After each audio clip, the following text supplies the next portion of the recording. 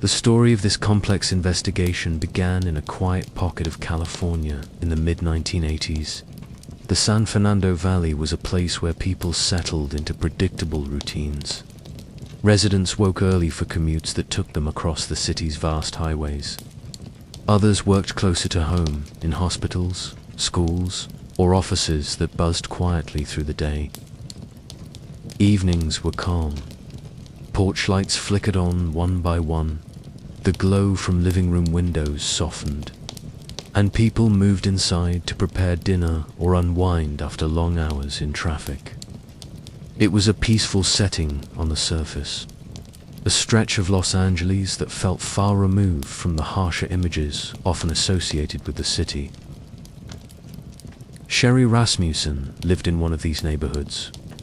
She was a dedicated nurse, someone known for her calm presence and genuine care for her patients. Those who worked with her admired her professionalism. Friends described her as warm, intelligent, and steady as someone who brought comfort into every room she entered. She was newly married at the time, and her career filled her days with responsibility, learning, and compassion. Her schedule often began early in the morning, before the sun had fully risen. With the soft shuffle of hospital equipment and the low voices of staff preparing for busy shifts. Her husband, John, worked in engineering and spent many hours studying or at the office.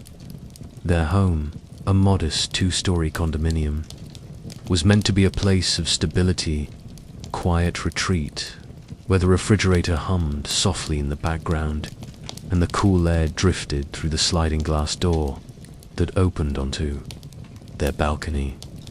They were building a life together, one shaped by the routines of young professionals in a sprawling, growing city. The case that would one day be solved decades later began on a February morning that felt unremarkable at first. The sky was clear, and the early sunlight cast long shadows across the driveways and sidewalks. In many homes, radios played softly. Coffee machines clicked and gurgled. Someone down the street watered plants, the gentle hiss of the hose mixing with the faint rumble of traffic from a distant boulevard. Nothing about that morning hinted at the investigation that would unfold, nor the years of uncertainty that would follow. John left early for work that day. His departure was quiet, shaped by the simple sounds of routine shoes on the stairs, the click of keys as he locked the front door, the low thud of the car door closing. He believed his wife would be out soon after, heading to her shift at the hospital where she was respected and valued. But Sherri had been tired in recent days, recovering from a cold. She had mentioned she might rest a little longer that morning. Her schedule allowed flexibility. It was not unusual. As the day continued, the complex remained relatively calm. Neighbors went about their errands. A delivery truck passed through, its engine humming as it paused briefly before moving on. A few people walked their dogs, the leashes making a soft tapping sound against their owner's legs. No one noticed anything unusual. Nothing seemed out of place. When John returned home later that day, the condominium was still, the air inside unmoving. The lighting seemed dimmer than usual, though it was hard to tell whether it was the angle of the sun or something else. He expected to find Sherri preparing dinner or resting. Instead, he found signs that something inside their home had gone terribly wrong. This discovery sent him into Shaka's state, where the mind struggles to process the fragments of what it sees. Police arrived soon after. The sound of their radios crackled through the hallway. The low murmur of officers speaking in controlled, professional tones filled the rooms as they moved through the condominium. Investigators stepped carefully, noting the details around them. The home showed signs of a struggle, furniture slightly displaced, items scattered, and broken glass from a sliding door nearby. Officers observed each piece quietly, marking and documenting every detail. The scene suggested a violent confrontation, but the cause and context were not immediately clear. To the officers working that day, the most straightforward explanation was that the home had been targeted by intruders. Los Angeles in the 1980s experienced frequent burglaries, and some of them turned violent. It was a possibility that seemed consistent with what they saw on the surface. In those early hours, detectives moved through the home gently, speaking in low voices, collecting fingerprints, and taking photographs. The shutter clicks echoed softly against the walls. The scent of dust, disturbed during the search, lingered faintly. Neighbors gathered outside, speaking quietly among themselves, trying to understand what had happened inside the unit they had passed countless times without thought. The initial investigation was shaped by the understanding of crime patterns at that time. Burglary gone wrong was not an unusual explanation in the area. Reports of similar crimes peppered the Los Angeles region. It was natural that detectives leaned toward that theory. But even as they worked, a few small details stood out, details that did not immediately fit the narrative but would one day matter. Still, there were no answers yet. Only questions carried quietly by investigators who packed up their equipment and left as the sun began sinking behind the rooftops, casting warm, orange light across the street. Night settled slowly around the condominium complex. Porch lights flickered on one by one. The normal sounds of the neighborhood: footsteps on walkways, water running through pipes, the soft rustle of wind returned. The case, still in its earliest hours, had just begun its long journey.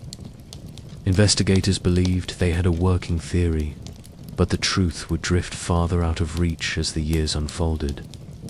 Answers would not come quickly.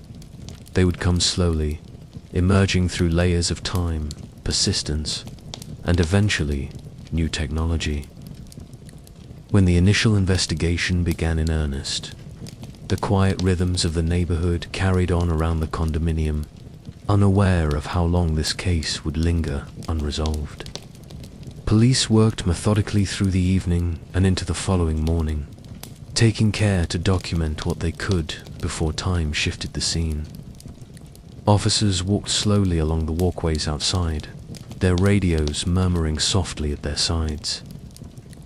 The sun rose again over the San Fernando Valley, warm light spilling through blinds and across furniture inside the home where everything had changed. Detectives focused first on the theory that seemed most likely for Los Angeles in the mid-1980s, an interrupted burglary that had escalated into violence.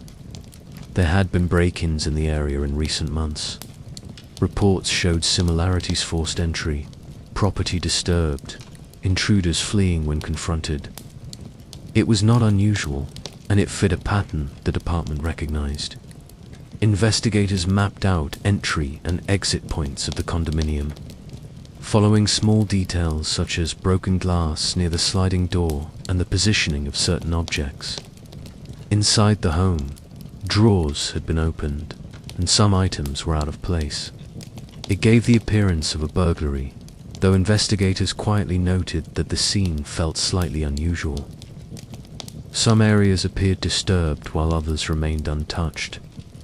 Items of obvious value were still present. These observations were recorded in soft pencil on a notepad, the graphite making faint marks across the page. They did not yet know how important these subtleties would become. During those first days, detectives interviewed neighbors. Many people had been home around the time of the incident, yet few had noticed anything out of the ordinary. A dog barked at an unusual hour, someone recalled. Another resident thought they heard what might have been a dull thud, nothing sharp, nothing alarming. These small reports were noted carefully, each one written into the case file. The hallway outside the detective's temporary office smelled faintly of warm coffee and paper as officers moved in and out with folders and evidence bags. Sherri's colleagues were also interviewed. They described her as dedicated, compassionate, steady in her work, She was someone people turned to in moments of stress, someone who always seemed present and grounded. She had recently spoken about being tired, recovering from a cold, and taking a quieter morning at home. To her co-workers, nothing in her life suggested instability or danger. She had been newly married and excited about her future. Her friends' voices were soft as they spoke, reflecting the shock that rippled through the hospital when they learned of her death. Her husband, John, answered questions calmly, though grief hung over each word.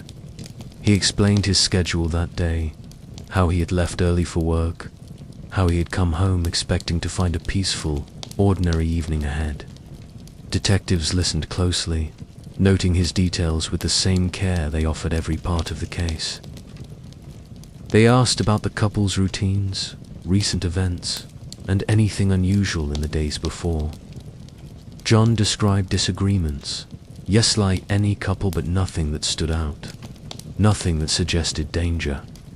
Detectives found him cooperative and steady during the interviews. As officers worked, they followed standard procedures of the time. Crime scene technicians examined fingerprints, though many were smudged or partial. Photographs were developed in the department's darkroom, the images slowly appearing on paper as technicians moved them gently between chemical trays. The soft rustle of gloves brushing against photo edges and the faint chemical scent of the developing process filled the quiet room. The resulting images were added to the case file, the visuals forming part of the record investigators would revisit for decades. The early days of the investigation were shaped by the tools available at that time. DNA technology, as we know it today, was still in its infancy. Forensic analysis relied heavily on what could be seen with the naked eye or under a simple microscope. Officers sifted through possible leads, calling informants, cross-referencing similar cases, and running fingerprints through limited databases. The steady clicking of keyboards from the ERA's early computer systems marked their efforts. Even then, investigators were thorough, ensuring no detail was overlooked. The burglary theory remained the central explanation, but small inconsistencies caused quiet discussions among detectives. Some items in the home seemed intentionally placed rather than scattered. Certain signs suggested the struggle may not have followed the pattern of typical break-ins. Still, without clear evidence pointing to an alternative theory, investigators leaned toward the explanation most supported by the broader crime trends of the city. As days turned to weeks, the investigation continued but slowed. The early momentum that always accompanies a fresh case gradually settled into the quieter rhythm common to investigations with few leads.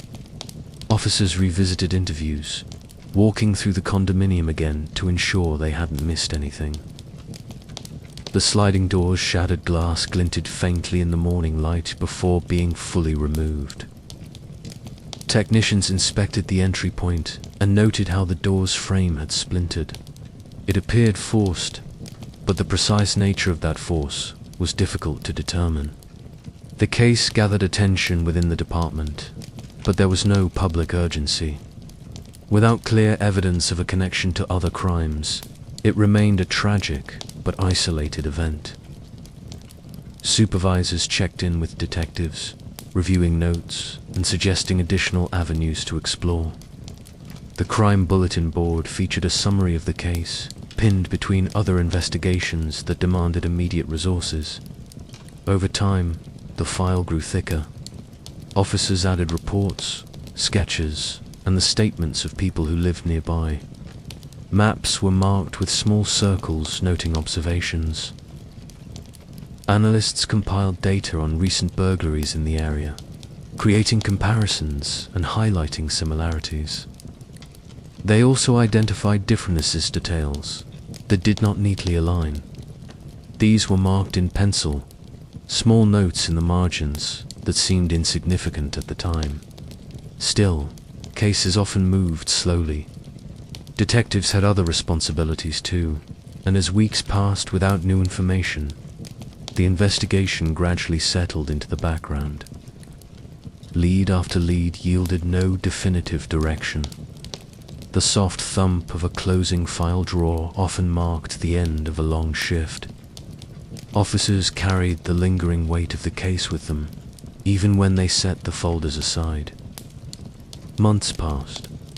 Other cases surfaced, some urgent, some tragic, some requiring more immediate attention.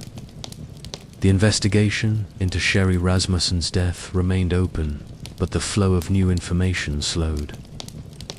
Detectives revisited the file periodically, reviewing notes under quiet fluorescent light, hoping a detail would catch their attention differently the second or third time. Nothing yet emerged that could shift the trajectory. Eventually, the case grew cold, in the traditional sense not forgotten, but stalled.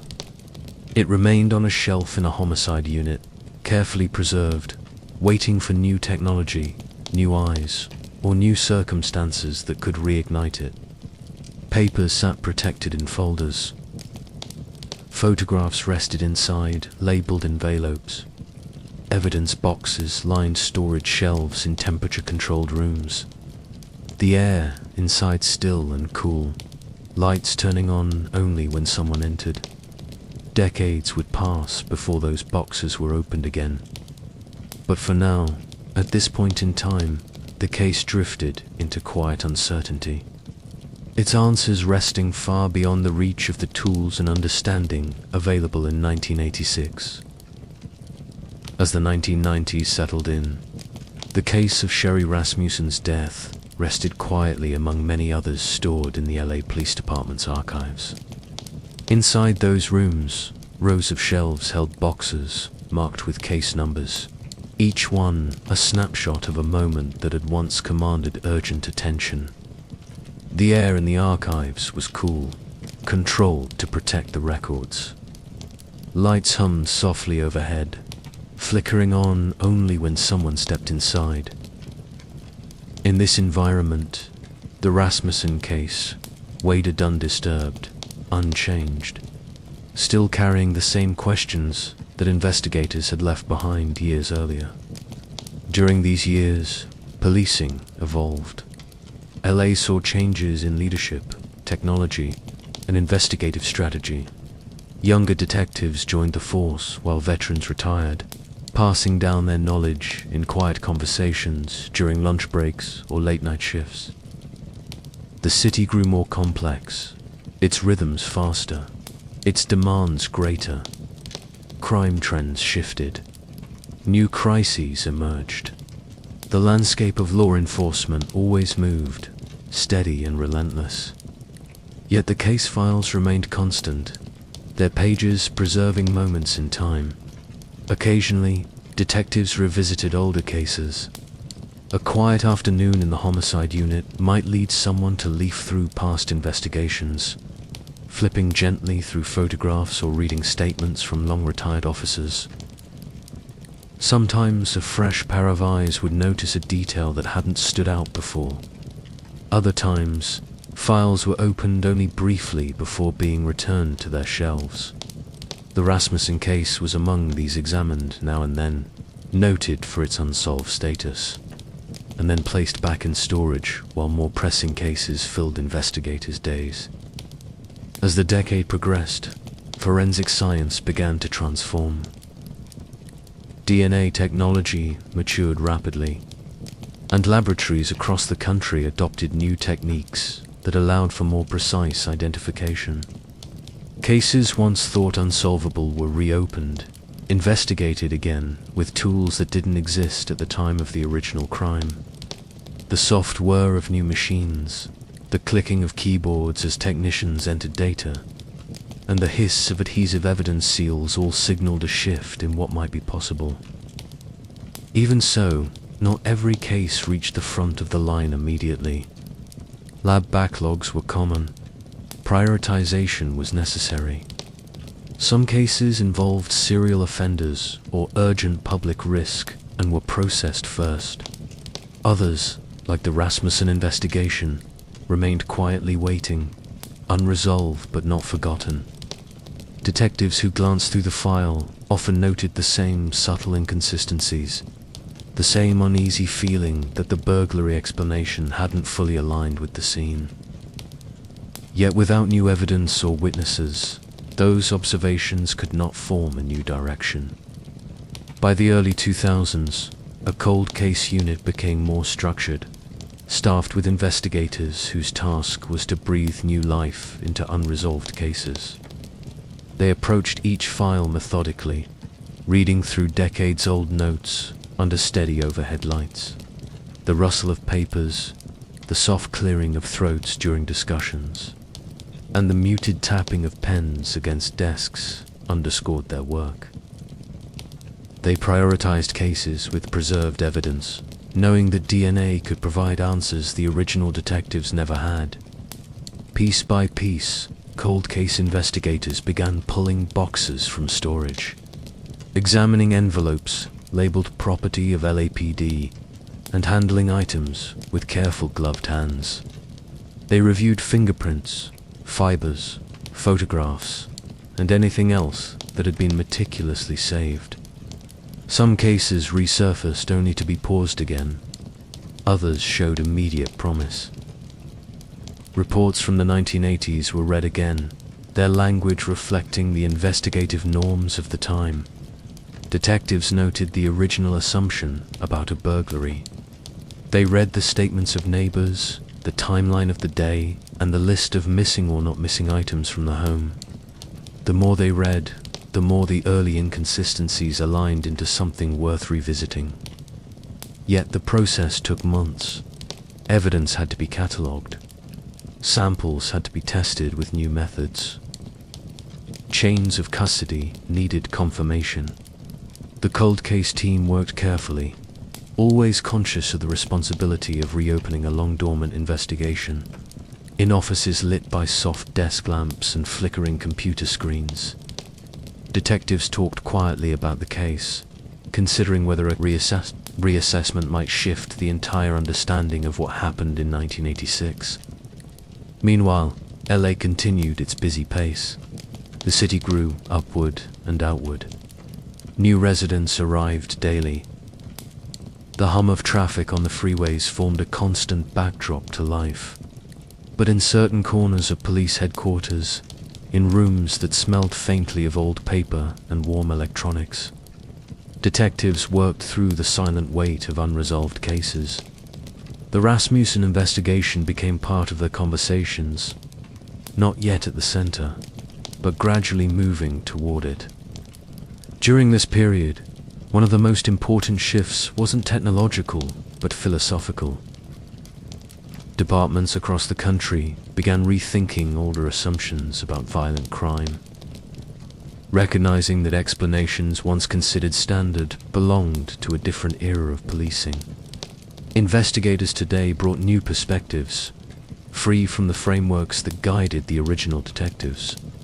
They studied patterns differently, questioned older conclusions with respectful distance, and allowed room for alternative theories. In long discussions around conference tables, detectives spoke in low, steady voices about the case's early conclusions. They revisited the idea of a burglary gone wrong and compared it against actual burglary patterns from the 1980s. They studied photographs, tracing the placement of objects with their fingertips, noting how some items appeared staged rather than naturally disrupted. They examined Sherri Rasmussen's background, again her steady work in nursing, her stable relationships, her plans for the future. Nothing about her life pointed toward risk or danger. The case resonated with detectives because it felt solvable.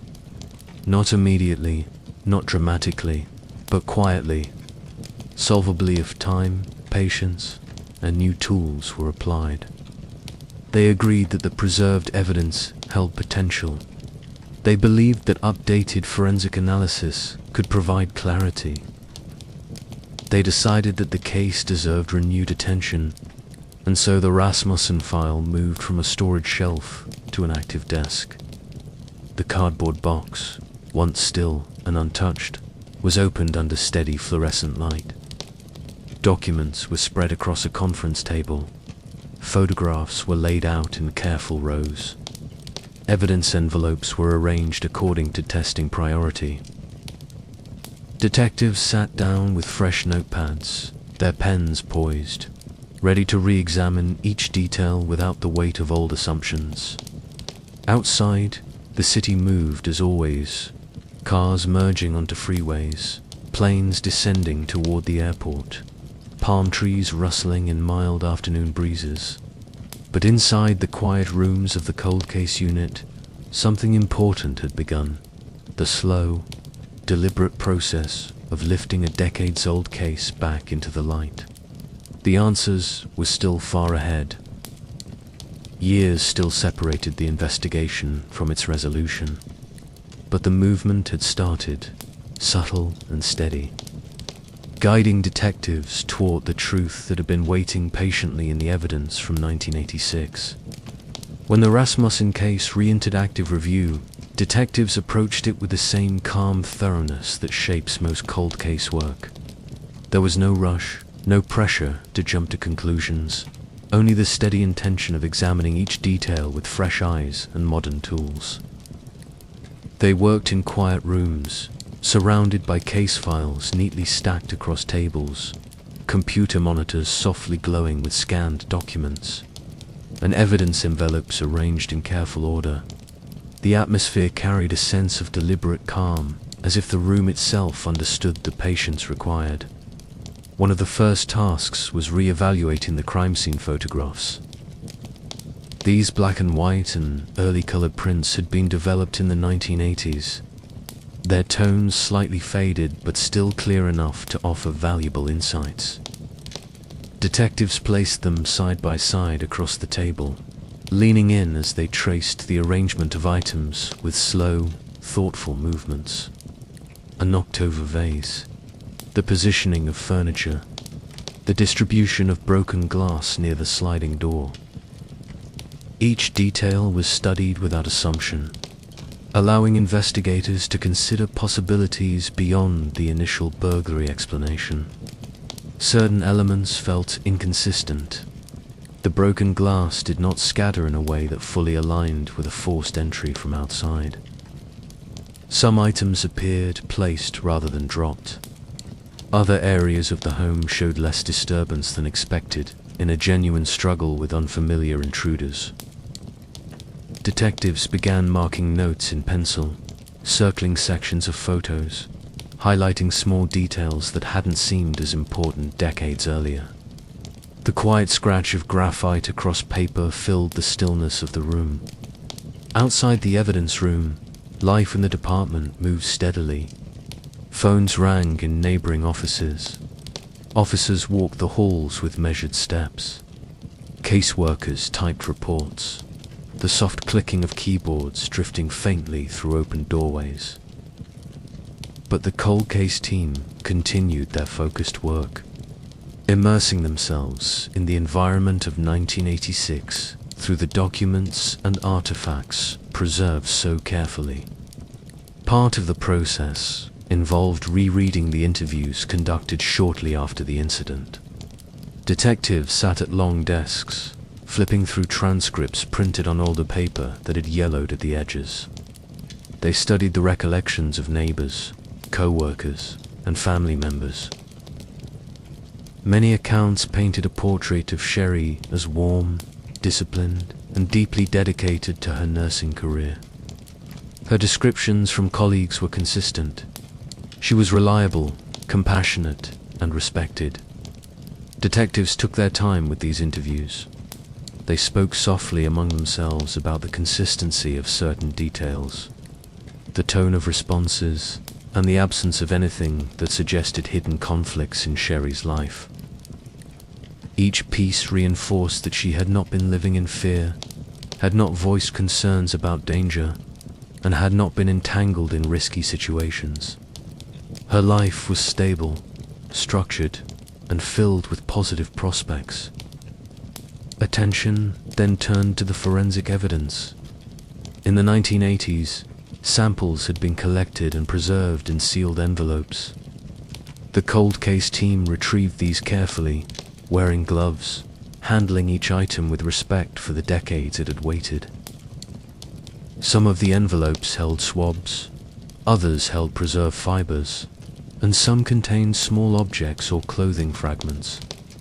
The sound of adhesive seals being lifted, the quiet crackle of parchment envelopes unfolding, and the sterile rustle of gloves punctuated these moments. Detectives contacted the modern forensic lab to arrange for updated testing. DNA technology had advanced dramatically since the 1980s, offering possibilities that would have seemed impossible when the case first began. The lab received the items under controlled conditions, logging each piece electronically and preparing them for extraction. The process moved slowly. Samples needed to be checked for contamination, catalogued, and processed using delicate instruments. The hum of lab machines and the soft beeping of equipment formed the atmospheric backdrop to this phase. While waiting for DNA results, which often required weeks, detectives continued their own parallel work. They met with analysts who specialized in crime pattern studies. Together, they considered the behavior associated with residential burglaries, comparing known patterns to what they observed in the Rasmussen home. Most burglars aim for speed and avoid confrontation. Many focus on items of clear value. They rarely stage scenes, and they almost never engage in extended violence unless surprised and cornered. The Rasmussen case did not cleanly fit those expectations. Investigators highlighted the inconsistencies again and again, discussing them in quiet conference rooms with cups of cooling coffee and stacks of files spread across the table. Their conversations remained calm and thoughtful, grounded in evidence rather than speculation. They revisited the original report about a possible burglary suspect operating in the area, comparing it to field notes. These details were helpful in the era they surfaced, but seen decades later, they lacked the clarity detectives hoped for. The DNA results, when they eventually came back, provided the first meaningful shift in the case's trajectory. Technicians could identify genetic material that belonged to the victim and could separate out material that did not. This foreign DNA, once invisible to the tools of the 1980s, opened a new avenue of inquiry. Detectives met in the forensic lab's briefing room, the walls lined with charts and photographs, as they listened to analysts explain what was possible next. But DNA alone did not immediately identify a suspect. It needed to be compared against databases. In the early 2000s, these databases were not yet as comprehensive as they would later become. Detectives submitted the profile into the system, listening to the quiet clicking of keys as the technician entered the sequences. The initial search returned no match. This wasn't surprising. Many cold cases from the 1970s and 1980s experienced similar hurdles. Still, the presence of unknown DNA mattered. It suggested the involvement of someone beyond the assumed burglary scenario. It prompted detectives to keep the case active, to continue exploring leads they might once have set aside. They reviewed known associates, past neighbors, and individuals who had been mentioned fleetingly in interviews. They cross-referenced these names with available records. In some cases, they verified alibis that had once seemed peripheral. In others, they simply gathered more information and stored it in the expanding case file. Slowly, the case took shape again, not in leaps, but in steady, accumulating movements. Detectives felt that sense of momentum building, though gently. The case still carried uncertainties, but it no longer felt stagnant. With modern tools, it had room to move again. Meanwhile, time continued passing in the city outside the cold case unit. People lived their lives, drove along the busy freeways, visited restaurants, went to work in hospitals and offices. Default text. Sherri's former workplace continued its daily routines. New nurses joined the staff, older ones retired. Yet those who had known her still remembered her with warmth. For some, the case remained an open wound, quietly carried for years. Detectives understood the weight of that. Their renewed commitment to the investigation was rooted not only in professional responsibility, but also in a desire to bring clarity to a case that had left so many unanswered questions. The work moved forward piece by piece, grounded in patience. The path ahead still held many steps, many hours of analysis, many quiet discussions in rooms filled with old photographs and updated reports. But the detectives now had something that earlier investigators had lacked. A scientifically preserved glimpse of the person who had been inside that condominium in 1986. The next phase of the investigation, what to do with that DNA, how to interpret its implications, and how to follow it through, time would carry the case toward a future. No one could have predicted when Sherri Rasmussen was first found in her home. As the investigation moved further into the 2000s, detectives found themselves balancing two parallel realities: the modern tools now at their disposal, and the weight of a case rooted firmly in the past. The Rasmussen file remained open on desks throughout the cold case unit, its pages marked with new notes, written in fresh ink alongside decades-old handwriting. The contrast between the eras was visible in every detail. The older reports typed on thick paper, the newer ones printed from digital systems, all carefully clipped together in one expanding story. The DNA profile extracted from the evidence had become the most important element in the case. Though it had not yet produced a match, detectives understood that its presence alone meant the case should continue moving forward. They gathered in quiet offices, reviewing the implications with steady, measured voices. If the DNA did not match crime databases, then the individual was likely someone without a recorded criminal history. That realization broadened the field considerably and introduced new layers of complexity. The cold case team had grown familiar with the slow rhythm of waiting for lab developments. DNA tools were advancing year by year, and analysts often encouraged investigators to remain patient. In the forensic laboratory, technicians worked under bright, even lighting, surrounded by humming machines designed to analyze genetic material with precision. They wore gloves and lab coats, handling samples delicately. Every movement carried a sense of care, lifting small envelopes, opening containers with gentle pressure, preparing mixtures in sterile tubes. The atmosphere was calm and technical, shaped by soft beeps and the steady movements of trained hands. Back in the police department, detectives focused on reassembling the broader context of the case. They created updated timelines, consolidating events from 1986 with new information. They pinned photographs to bulletin boards, drawing lines between details that felt connected. They revisited the scene layout, placing printed diagrams side by side with old photographs to understand the possible sequence of events. One of the lead detectives spoke often about the emotional tone of the case. Sherri Rasmussen had been a nurse of profession grounded in compassion. Her death had deeply shaken those who knew her.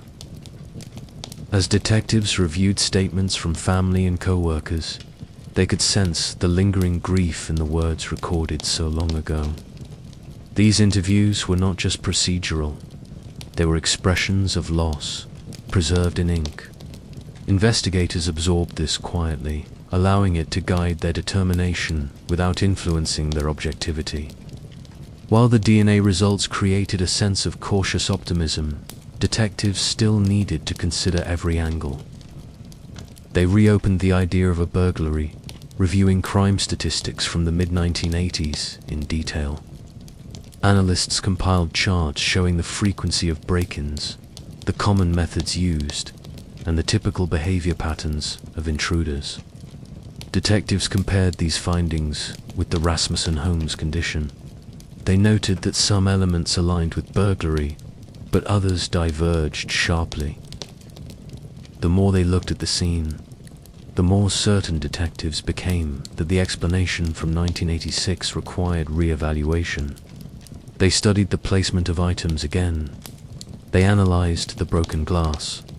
They looked at how the struggle seemed concentrated in specific areas of the home rather than spread throughout, as would be expected in a chaotic confrontation with unknown burglars. And they reviewed the nature of Sherri's injuries, Dale's, recorded with careful precision in the original autopsy report. During long evenings in the cold case office, detectives worked in the soft glow of desk lamps, the room quiet except for the occasional turning of a page or the muted ringing of a phone down the hall. Conversations were thoughtful, steady.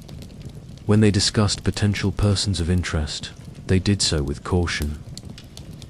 They reviewed lists of individuals who had been mentioned in early interviews: neighbors, co-workers, acquaintances of the family. They pulled background information, checking old addresses and timelines.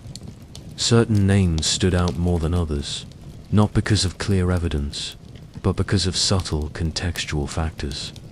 Detectives wrote these names in a notebook, drawing small circles around them without jumping to conclusions. They revisited each person's place in Sherri's life, their relationships to the couple, and their potential access to the condominium. Everything was considered quietly, methodically. Meanwhile, forensic science continued to progress.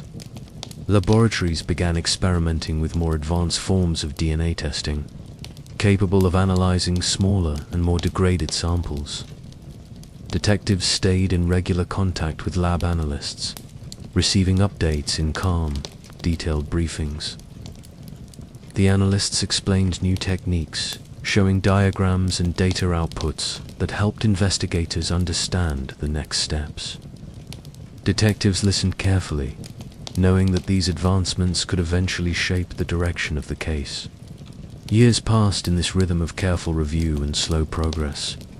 The case never returned to the urgency of its first days in 1986, but it never slipped back into full dormancy either.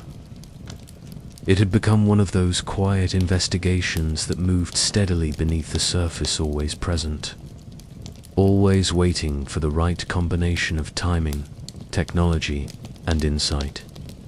During this period, the department also updated its evidence storage protocols. Old envelopes were replaced with modern packaging. Barcodes were added to ensure accurate tracking. Evidence boxes were resealed and relabeled. These administrative changes might seem small, but they reflected a larger shift, a growing awareness that cold cases deserved the same precision and respect as active ones. Detectives often talked about the sense of responsibility that came with reopening a case like this. They understood that behind every box of files stood years of unanswered questions for a family. Sherri's loved ones had lived decades without clarity. The cold case team approached their work with this in mind, not with pressure or haste, but with steady commitment. As the case progressed toward the late 2000s, the detectives began discussing new investigative strategies. They considered revisiting witnesses from 1986, not to challenge their memories, but to supplement them. People's perspectives can shift over time. Details that once seemed insignificant can gain new relevance. Detectives planned these interviews carefully, preparing questions that aligned with the information they had gathered through modern analysis. Simultaneously, the DNA sample still unmatched remained the silent anchor of the investigation. Detectives reviewed the profile once more, its sequences printed in precise characters across the page. They knew it held the identity of the person responsible, even if the database did not yet. The next phase of the case would emerge from a gradual shift in forensic technology and investigative strategy.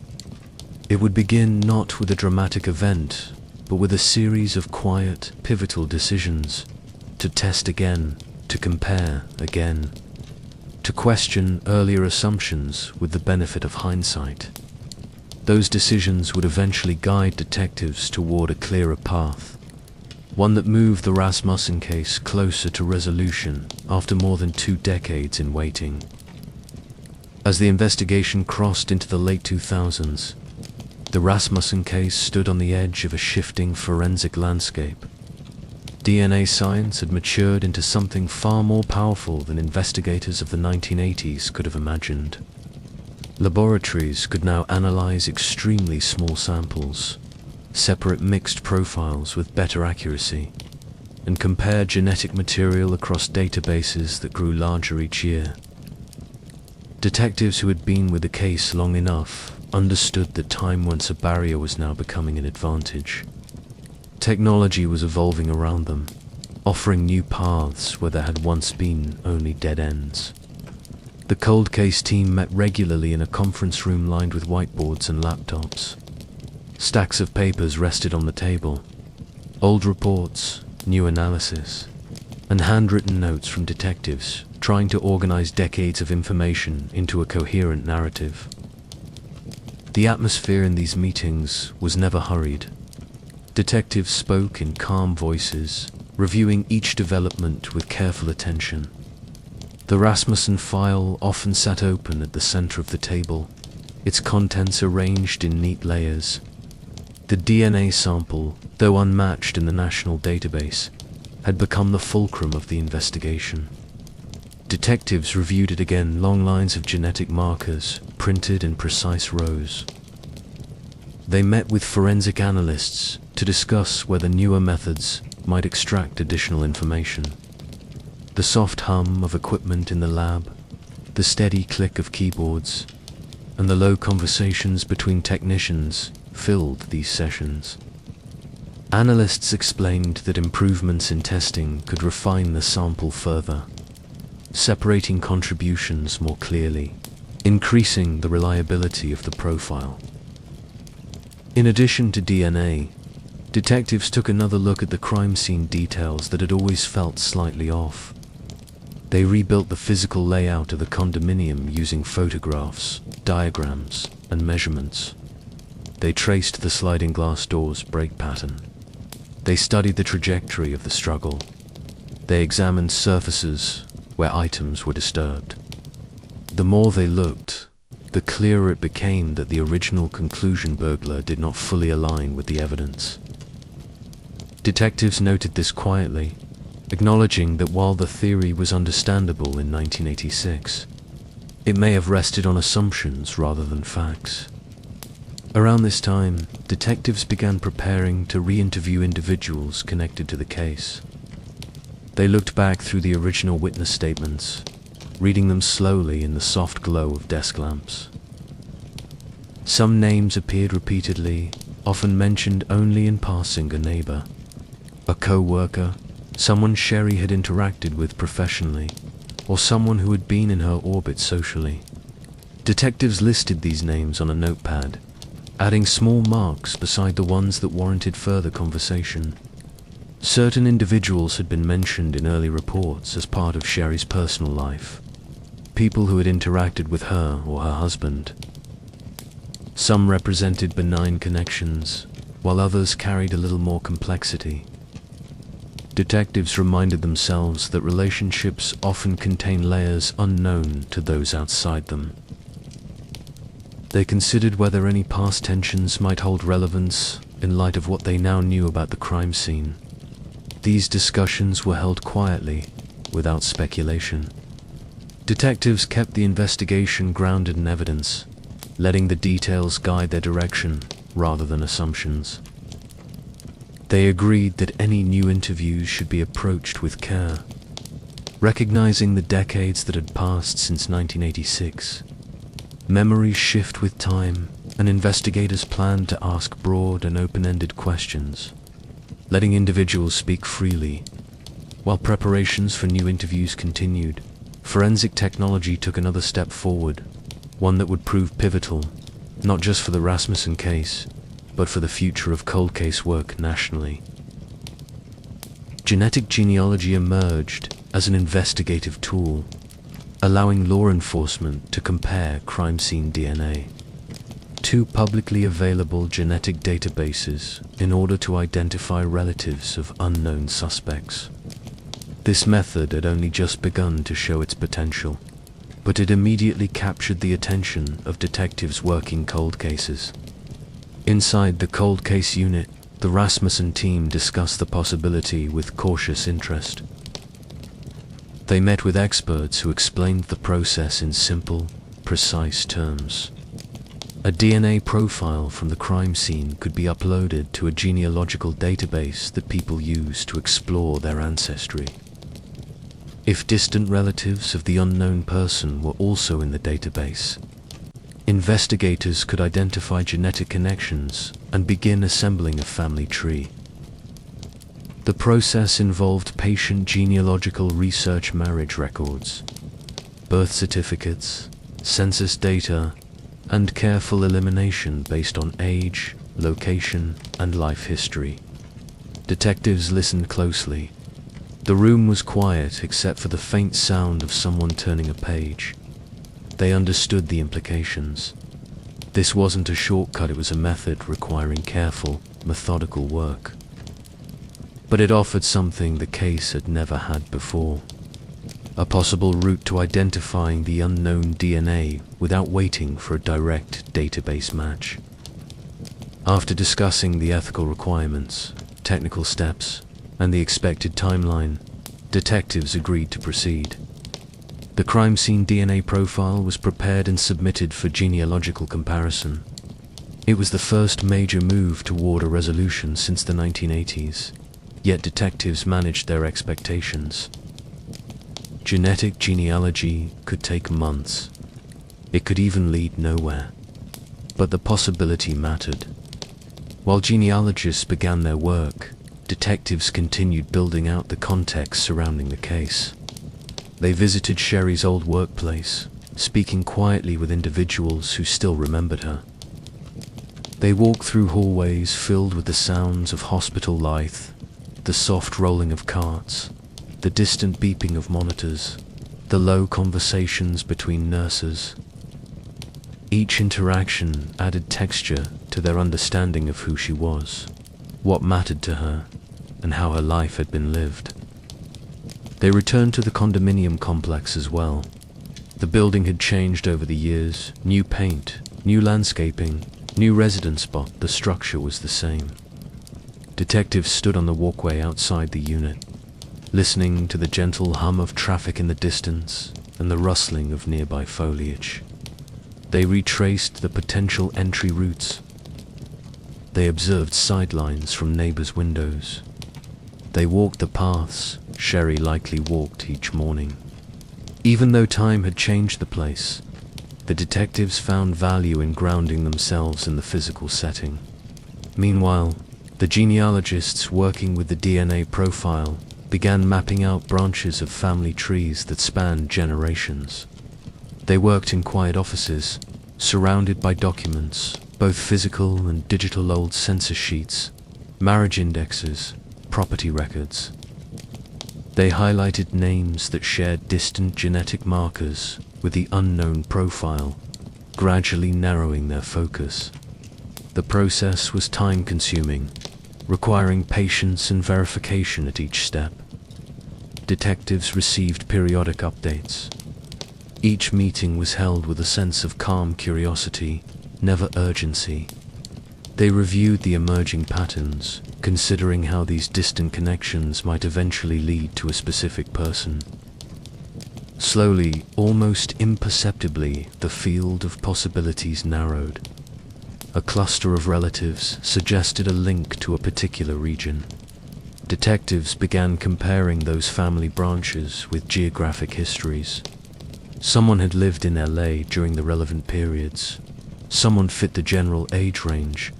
Someone had a background that aligned with the timeline investigators had reconstructed. The final stages of the genealogical process were still ahead. No identification had been made yet. No conclusions were drawn. But for the first time in decades, the Rasmussen case was moving toward clarity. The final step, drawing a line from the family tree to one individual, would come next. And with that, the investigation would approach the resolution that had waited quietly since 1986. The final phase of the investigation unfolded not with urgency, but with the same quiet patience that had guided the cold case team for years. Detectives gathered once more in a small conference room, the Rasmussen file open at the center of the table. The genealogist's research had narrowed the field to a single family line, one that intersected with the LA area during the mid-1980s. From that line, after eliminating siblings, cousins, and distant relatives, one individual emerged as the strongest candidate. Detectives proceeded cautiously. They reviewed every detail of the person's background, comparing age, location, employment, history, and access to the Rasmussen home. They studied records, cross-referenced timelines, and confirmed residential addresses from decades earlier. The quiet tapping of keys, the soft rustling of printed documents, and the low murmur of discussion shaped the atmosphere. Each step was deliberate, ensuring that every conclusion rested on solid ground. The individual lived in the region at the time of the crime. Their history intersected with people connected to Sherri.